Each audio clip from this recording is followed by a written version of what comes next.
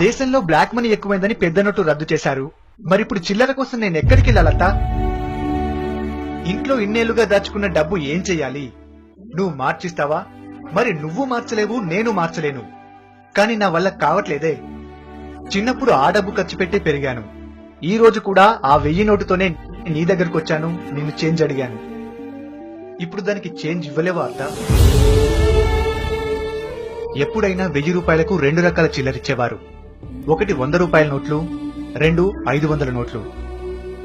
నేను 100 నోట్లు ఇమ్మంటున్నాను, నువ్వు 500 ఇస్తా అంటున్నావు. ఒక్కసారి 100 రూపాయల నోట్లు ఇచ్చి చూడత్తా, ఒక్కసారి.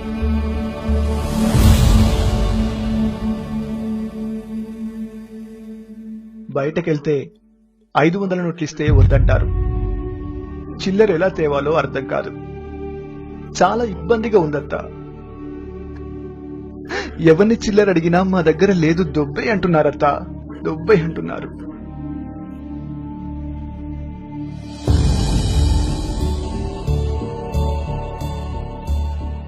బాగుండడం అంటే పెద్ద నోట్లు ఉండడం కాదత్తా, 100 నోట్లు ఉండడం, చిల్లర ఉండటం.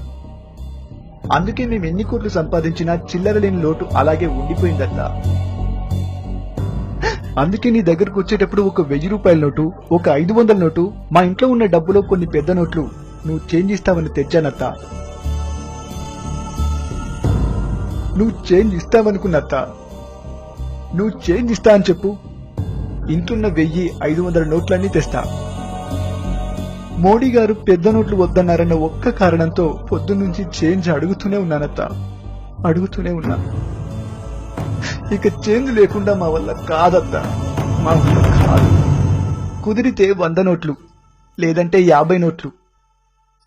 కానీ మాకు మాత్రం చిల్లర ఇవ్వండి అత్తా, దయచేసి ఇవ్వండి, దయచేసి ఇవ్వండి.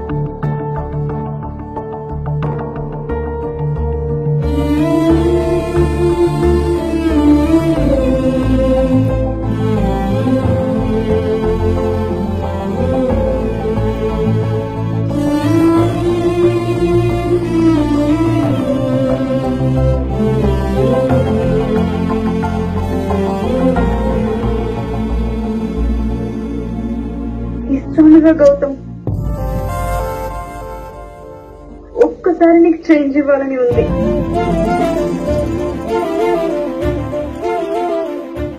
వంద నోట్లే ఇస్తారా?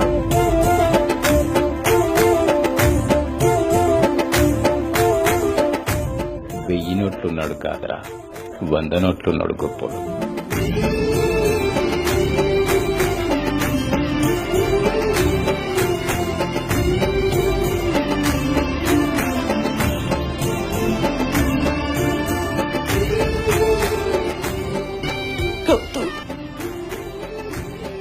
ఇంకా ఆయనకు చేంజ్ లేని లోటు లేదురా, తీరిపోయింది.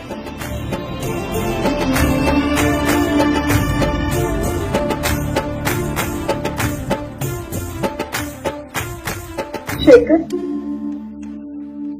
చేంజ్ ఇస్తాను, 100 నోట్లు ఇస్తాను.